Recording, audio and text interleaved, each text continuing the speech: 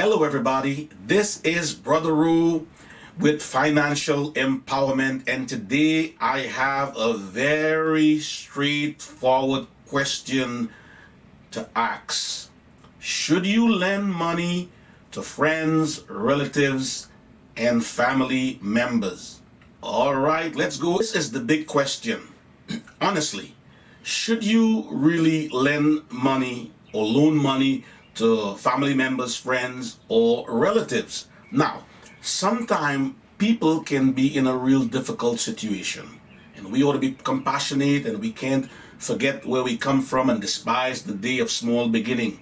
So if someone that you care about really, whether it's sickness or death or something like that, should you lend them money? My take on it, to be honest with you, I have borrowed money from individuals before, and individuals have borrowed money from me. I really don't like the idea, and I'll tell you why. Even though the little money that I borrowed, I can't remember how many times I did it, but I did pay it back.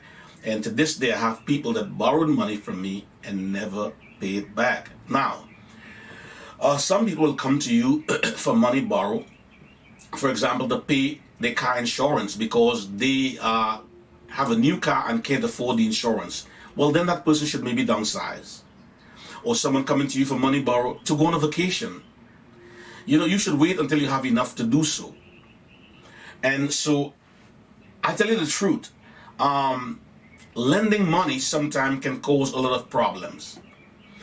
Sometimes people have developed a reputation of borrowing and not paying back. And not only that, remember, when they come to you for money borrow, you might not be the only one. You might be fifth, sixth on the list. They have already borrowed from others and failed to pay back. So what do? Do you say yes or do you say no? And sometimes it's such an awkward thing that we don't know the art of saying no. And so we do it, and after we do it, we're sorry that we did it. So what happens sometimes when people lend you money? They tell you they're going to get it back next weekend or next month, and when that time comes, you didn't hear from them, they try to avoid you, and they will not take your phone call. Not only that, sometimes they see you, act like they never borrowed money from you, act like they forget all about it, and then it puts you in an awkward position to say, hey, come on, where is the money? So these things put a strain on relationship. Not only that, sometimes you lend people money in a lump sum, and then they give you back in drips and drips, and you really can't see what you do with it. Then there are times when people approach you for money borrow, and because you said no, they're mad at you. They're upset with you. So it's very, very tricky. Money is funny. It can put a strain on relationship. Now, for me, I rather give than to lend money. You see, no. Yeah, I believe in the principle of giving. And listen, I came from a humble beginning, and I believe in blessing others and showing compassion. And when you can help, it's a nice thing to help people. But sometimes, if you look at the person, do they have the means of paying it back? Do they have a job? Do they have a good credit score? So some people in life, they never plan. Someone once said a dream without a plan is just a wish. And if you fail to plan, well, then you have planned to fail. So sometimes you go through life making all the sacrifices. You went to college, you eat sandwiches, bread and cheese, or bread and crackers and cheese. You deprive yourself of vacation and spring break, and now you're working, and now that person who didn't make any sacrifice comes to you now and act like they're entitled that you're supposed to lend them. So you got to be careful, man. And sometimes they come with sad stories, and they try to put you on a guilt trip and all these things. So, my friends, I rather not lend money. I rather go to the bank or to use my credit card. And I don't mean to sound arrogant, like somehow now I have arrived and I don't need to borrow money from others. Look, sometimes people could really be in a jam. There's sickness, there's death in a family. I rather give. I believe in giving. I read this book, The Prophet. It was written by a Lebanese writer named Khalil Gibran. and he talks about giving, he talks about work, he talks about life.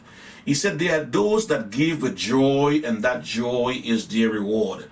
I love to help, I love to give, I love to sow, but lending can be tricky, and you have to be careful. Money is funny, and it can put a strain on relationship, and it could lead for an awkward type of feeling. So if someone come to me and they need $100, it depends on the person I care about. I say, listen, hold 50 and you don't have to pay me back. But I've seen where lending money causes a lot of problem. I don't want person, they lend this person a lump sum of money, and this is rare, but the person died and the money died with it. So you know what, man? I rather not. It's too awkward. It's too funny. It put too much of a strain on relationship.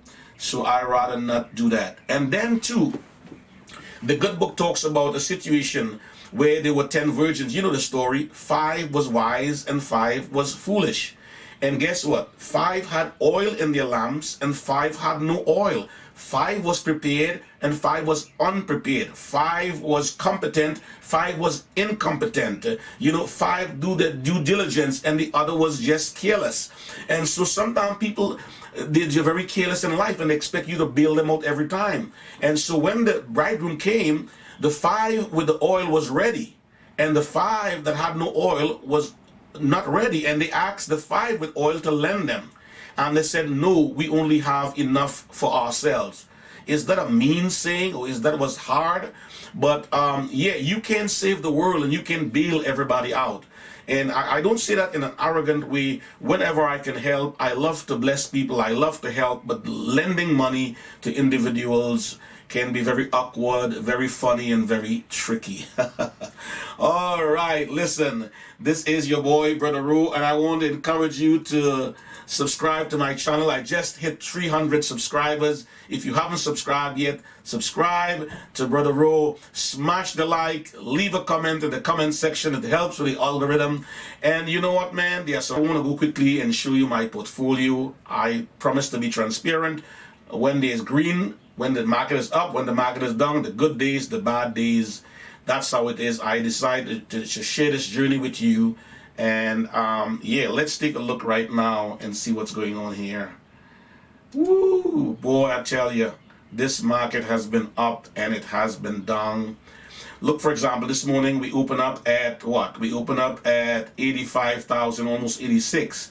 It went down to what? To 85. It went up to 86. It went down to 85. It went up to 86. It went down to 85. So you see how the market for the past month has been very, very volatile. It went up to 86, then it went down to 85, and then it went down to 84.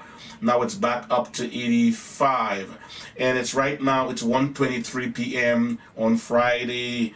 So let's see what the market will close at. But I am really down for the week. I am down $12,241. That's a lot. So we have to ride it out. And I keep saying it all the time. It's paper loss. If you don't sell, hopefully it will come back, because what is happening, the NASDAQ, which is the tech stock, they are struggling, and hopefully it's going to pick back up. But you know what? In spite of everything, I'm still up for the year. I'm up $18,779.40, which is 28%. The market on average goes up 10% every year. So listen, I'm still doing fine. You see the up here and the down. Hopefully it's going to go back up. History said it. The trend is your friend. All right, listen. I want to say stay safe. Listen, this is your boy, Brother Ro, and I would like you to stay tuned for the next video. Stay safe, stay healthy, stay strong, and focus forward. All right, listen, man. I will talk to you in the next video. Hey, I'm out. Bye now.